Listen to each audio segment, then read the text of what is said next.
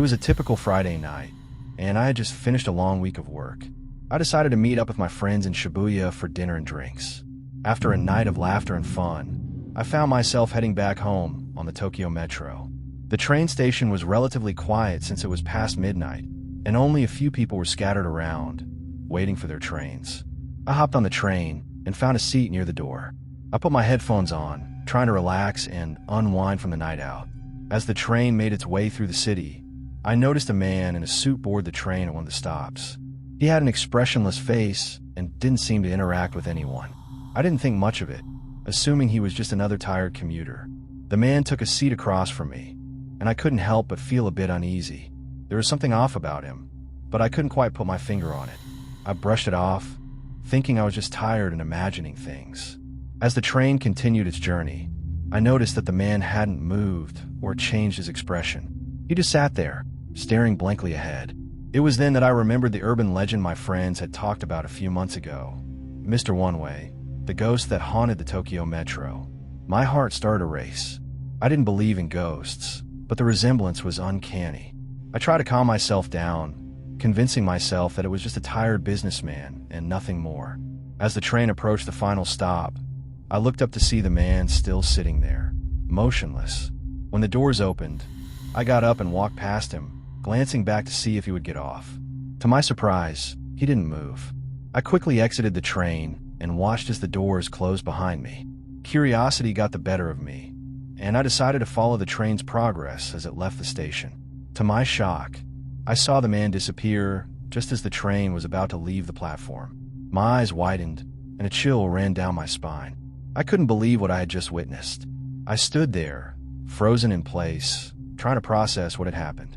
As I made my way out of the station and into the night air, I couldn't shake the feeling that I had just encountered Mr. One-Way. From that day on, I always kept an eye out for the mysterious figure whenever I took the late-night train. I never saw him again, but the memory of that eerie encounter stayed with me, a constant reminder of the strange and unexplained things that can happen in the most ordinary of places. The pre-flight checks on Space Mountain, especially during the late shift, are a ritual of precision. Tonight, however, the routine felt different.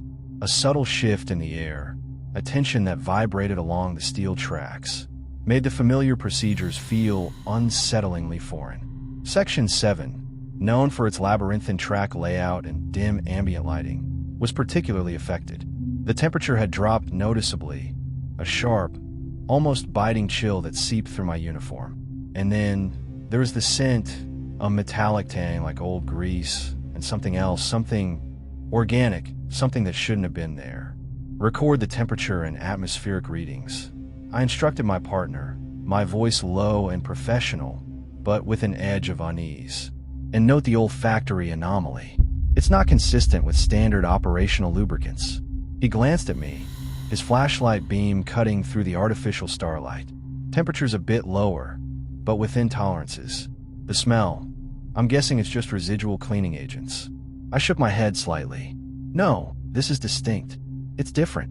We continued our inspection, our flashlights carving paths through the shadows. The silence was heavy, broken only by the faint hum of the ride's systems and the soft crunch of our footsteps on the metal grating.